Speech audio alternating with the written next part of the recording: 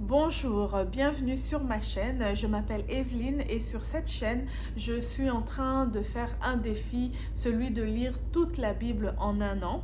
Nous avons un groupe Facebook où nous nous encourageons à lire la parole de Dieu et aussi je te mettrai le lien sur ma description si ça t'intéresse à te joindre à nous.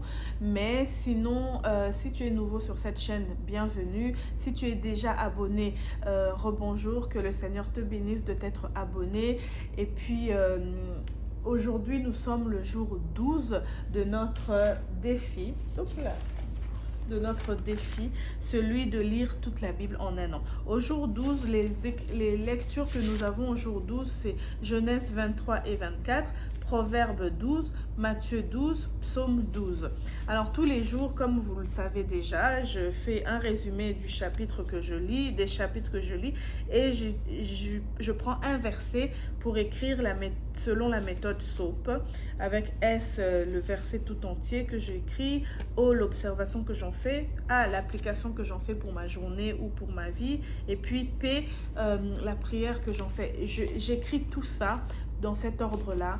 Alors, je t'encourage à faire de même, je t'encourage à lire, et à chaque fois que tu vas lire la Bible ou les passages que tu auras à lire, écris une observation, fais un résumé, écris le verset en entier. Si tu n'as pas le temps d'écrire le résumé, mais tu prends au moins un verset qui te parle, tu l'écris dans ton cahier, tu le mémorises et tu fais la prière par rapport à ce verset-là.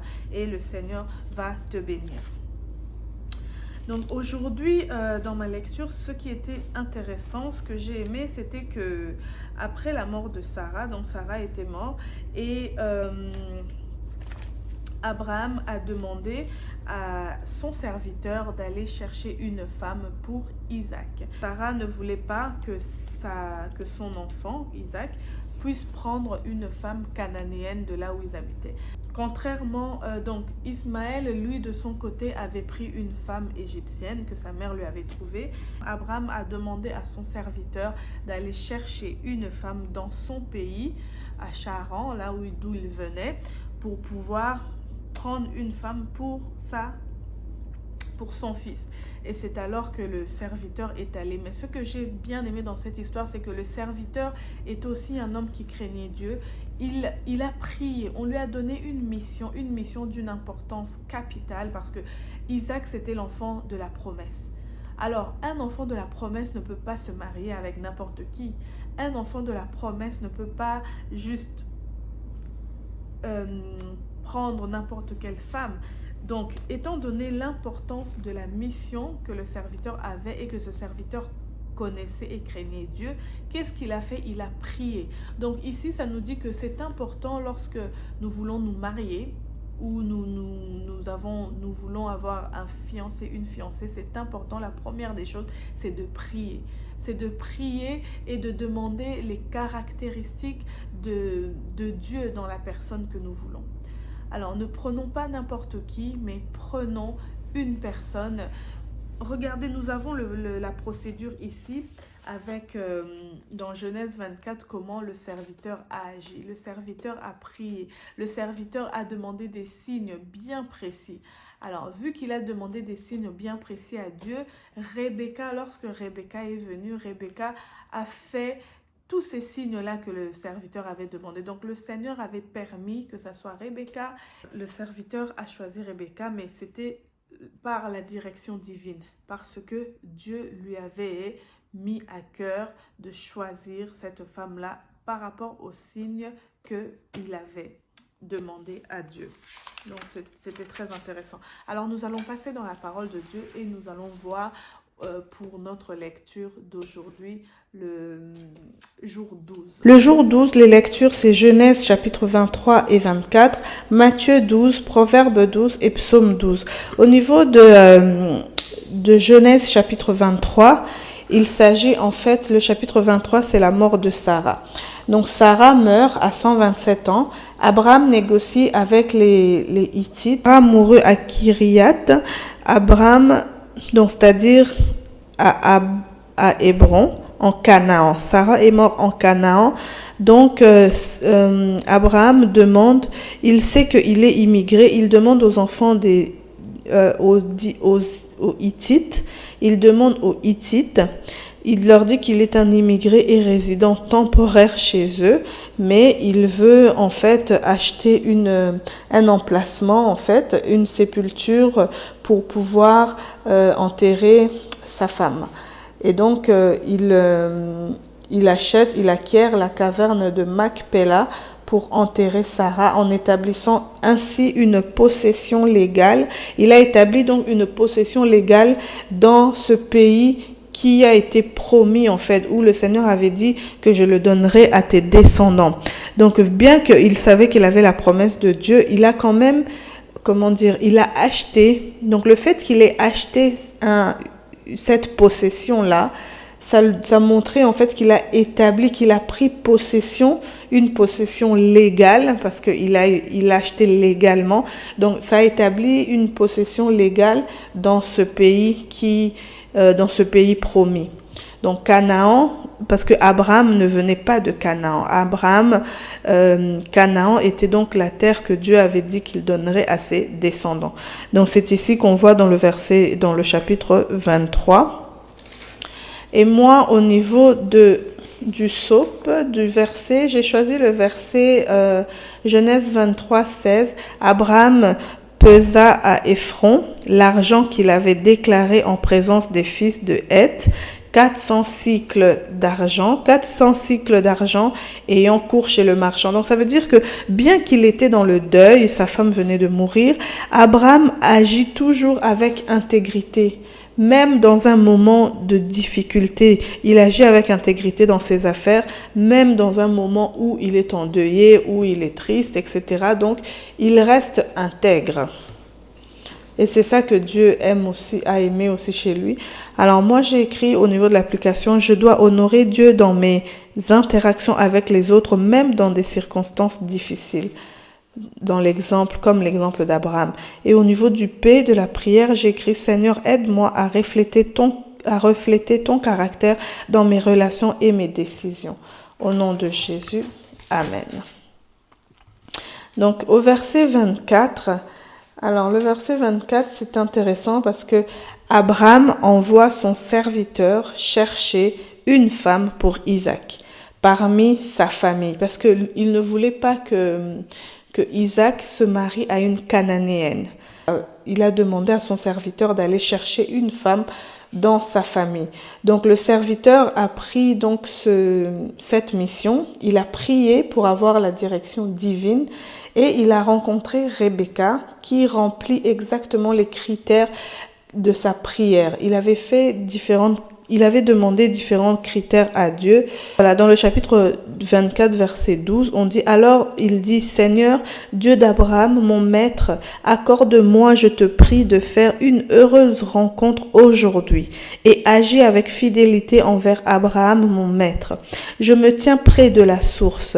Et les filles des gens de la ville sortent pour puiser de l'eau.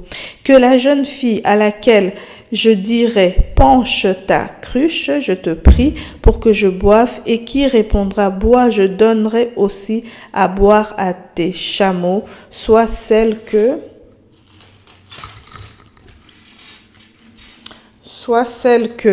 tu as destinée à Isaac, ton serviteur. Ainsi je saurai que tu as agi avec fidélité envers mon maître. Il n'avait pas encore achevé que sortait Rebecca, la fille de Bethuel, fille de Milca, la femme de Nahor, frère d'Abraham. Elle avait sa cruche, etc. Donc ici, c'est intéressant parce que le serviteur a demandé pour la direction divine, il a prié. Alors que même il n'avait pas encore fini de prier, le Seigneur a réalisé ce qu'il avait demandé. Moi, au niveau du SOP, du verset, j'ai pris le verset Genèse 24, 27. Béni soit l'Éternel, le Dieu de mon Seigneur Abraham, qui n'a pas renoncé à sa bonté et à sa fidélité envers mon Seigneur. Ça, c'est lorsque il a trouvé Rebecca. Au niveau de l'observation, Dieu répond aux prières sincères et guide ses serviteurs dans leur mission selon sa volonté. Quand tu fais une mission selon la volonté de Dieu et que tu pries d'une manière sincère, Dieu répond, il honore cette prière-là. Alors, au niveau de l'application, j'ai dit que je dois chercher la direction de Dieu dans mes décisions importantes et lui faire confiance pour m'éclairer et me guider. Alors, au niveau de la prière, j'ai dit, Seigneur, Tout-Puissant, guide mes pas et aide-moi à discerner ta volonté dans mes choix au nom de Jésus-Christ. Amen. Donc, c'est vraiment important de prier, surtout lorsqu'on a des décisions assez difficiles à prendre, des décisions complexes. C'est important de remettre le tout entre les mains du Seigneur et de demander la direction divine de Dieu. Si nous allons au niveau de Matthieu, chapitre 12, parce que nous sommes au jour 12, Matthieu 12, c'est intéressant parce que Jésus est critiqué. Jésus est critiqué pour avoir guéri et cueilli des épis de maïs, des épis de blé, le jour du sabbat. Il enseigne que le sabbat est fait pour le bien de l'homme et non l'inverse. Il guérit encore de nombreuses personnes. Il dénonce l'hypocrisie des pharisiens et parle du fruit de nos paroles et de nos actions. Alors, ça c'était le 12. On est ici les épis arrachés.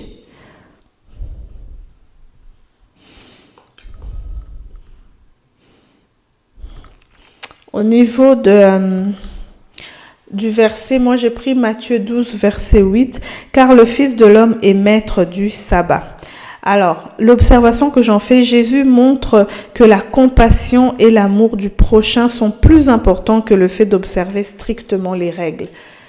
Le plus important pour Dieu, c'est la compassion et l'amour. Donc ici, au verset, au niveau de l'application, je dois refléter la grâce et la compassion de Jésus dans ma vie en mettant l'amour et la miséricorde au centre de mes actions.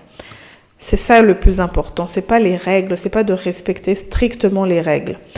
Au niveau de la prière, Père éternel, apprends-moi à vivre selon ton cœur, que l'amour et la compassion envers les autres soient ma priorité.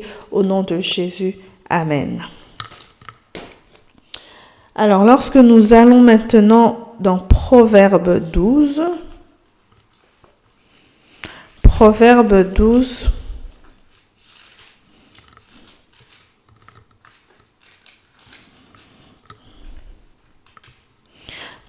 12, c'est intéressant parce que c'est un chapitre qui met aussi en contraste les sages et les insensés, les justes et les méchants. Il souligne que les paroles, les actions et les attitudes des justes mènent à la vie, tandis que celles des insensés mènent à la ruine. Et c'est le 12, nous sommes au 12. Par exemple, ici le verset 20, ça dit...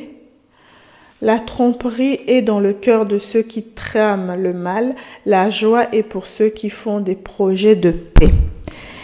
Ici, une femme de valeur est la couronne de son mari, celle qui fait honte est comme la carie dans ses os.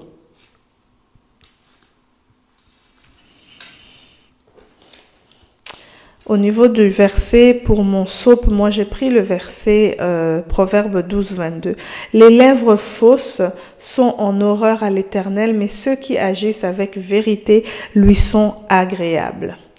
Et ici, au niveau de l'observation, Dieu honore l'intégrité et rejette la tromperie. Au niveau de l'application, je dois toujours agir avec honnêteté et vérité pour plaire à Dieu. Au niveau de la prière, j'ai écrit « Seigneur, donne-moi un cœur intègre et des lèvres sincères pour honorer ton nom, au nom de Jésus-Christ. Amen. » Alors, si nous allons au niveau de Psaume 12,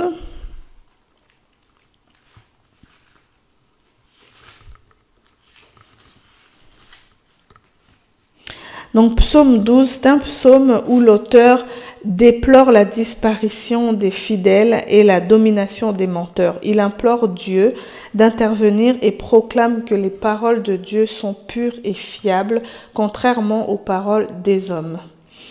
Alors, c'est ça ici. Et j'aime beaucoup le verset 7 qui dit les paroles du Seigneur sont des paroles pures, un argent éprouvé au creuset de la terre et 7 fois épuré. Dans d'autres versions, on dit différemment. Hein. Moi, j'ai pris donc ce verset-là, Proverbe 12, verset 7.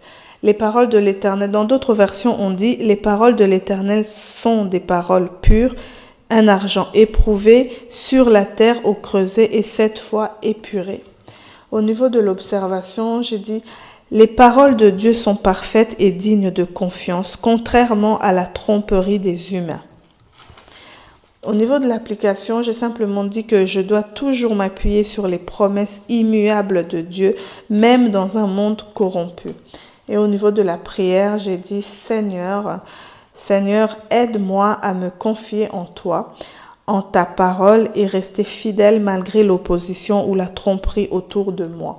Au nom de Jésus, Amen. Donc, ceci finalise pour notre jour 12 les lectures que j'ai faites et puis les notes que j'ai prises. Que Dieu vous bénisse. À bientôt.